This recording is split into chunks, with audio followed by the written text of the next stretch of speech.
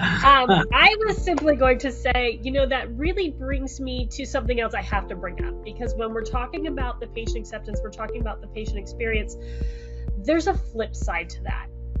And that is, as a new dentist coming out of school, right? You haven't had that 30-year baggage, but you're coming out in a very different environment. Your school loans are way different than they used to be 30 years ago. And the financial situation is really different. So it can be a little bit scary to try to add a high dollar technology to your practice. What was your experience with LANAP? What's that benefit of investing in your patient's care with this type of procedure?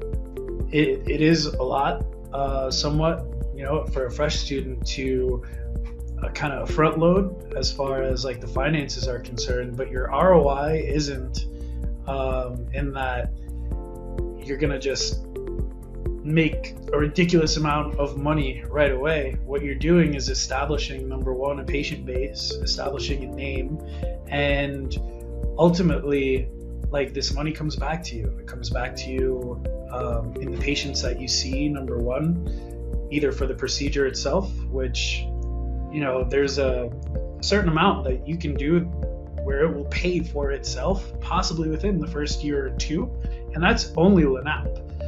The laser has a lot of other applications that, you can utilize in your practice. For instance, I always like the biostimulation feature. That's been kind of a staple in how I practice a lot. You use it for the injection sites and it helps to promote healing. You can use it for root canals. Like it's absurd. Like there's so many different things that you can use it for that are not specifically LANAP. So it's always really daunting to look at, a CE course or a certain, technology that you might have in your office or acquiring it for your office. As far as being a student and, going right into this course, I, like many other dentists, but not every dentist, have aspirations of being a practice owner one day. I want to have a place that I can call home, that I can at 11:30 p.m. see an emergency patient and, be able to do things like that in the comfort of my own practice, the way that I want it to be, the way that I want it to look, the way I want my patients treated. And one of the things people always tell me is that the best marketing for dentists and healthcare in general is word of mouth.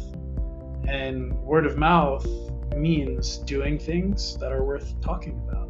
And if everybody on the street does cut and stitch surgery and there's one guy who does lasers, who everybody on the street is going to be talking about? Talking about you, right?